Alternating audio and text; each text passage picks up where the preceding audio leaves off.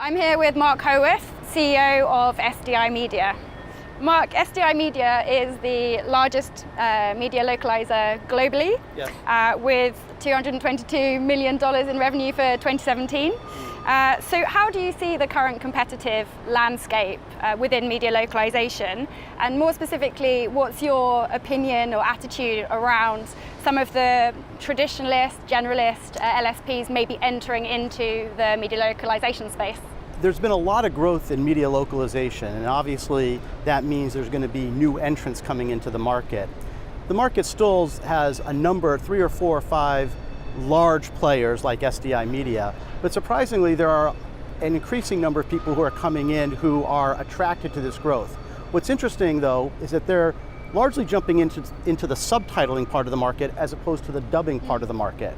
And I think these new people coming in are very interesting because they bring new technology, they bring a new approach, and for some customers, they might be an interesting place to go.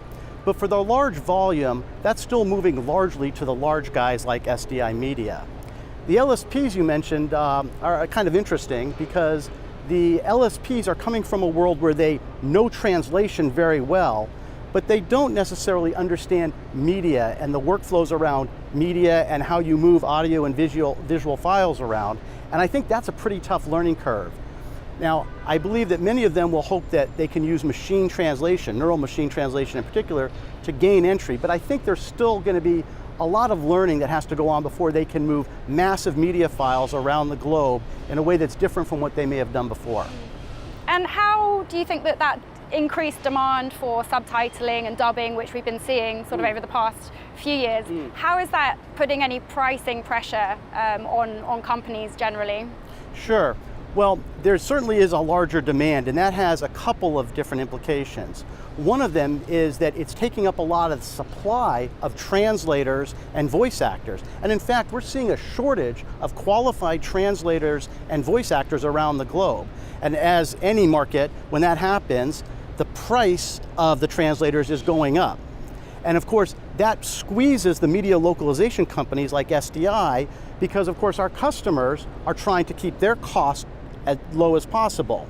But in general, what we're seeing is in subtitling, prices are staying roughly flat, maybe dropping a little bit. And in dubbing, they seem to be holding pretty much in line with where they've been in the past. Okay.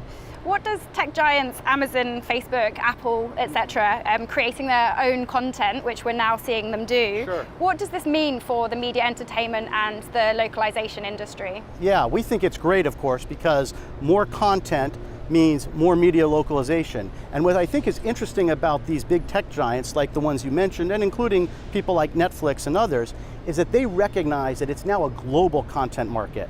These companies, while they may be based in the United States, are not creating content for just the US market. They're really thinking about their global audience and wanting content that's relevant in that world, and also making sure that the American content that they're creating in English is accessible to the rest of the world. So for us, it's a terrific thing, right? There's going to be a lot more growth, we believe. We look forward to working very closely with these partners because they themselves are trying to differentiate from one another. And in some sense, they're trying to make the localization experience part of that differentiation. And so we look forward to seeing what's going to happen. It's a very exciting time right now as they all get into this market. And I think it'll be good for the entire industry. Excellent. Thank you so much. Good to speak to you. Absolutely. My pleasure. Thank you.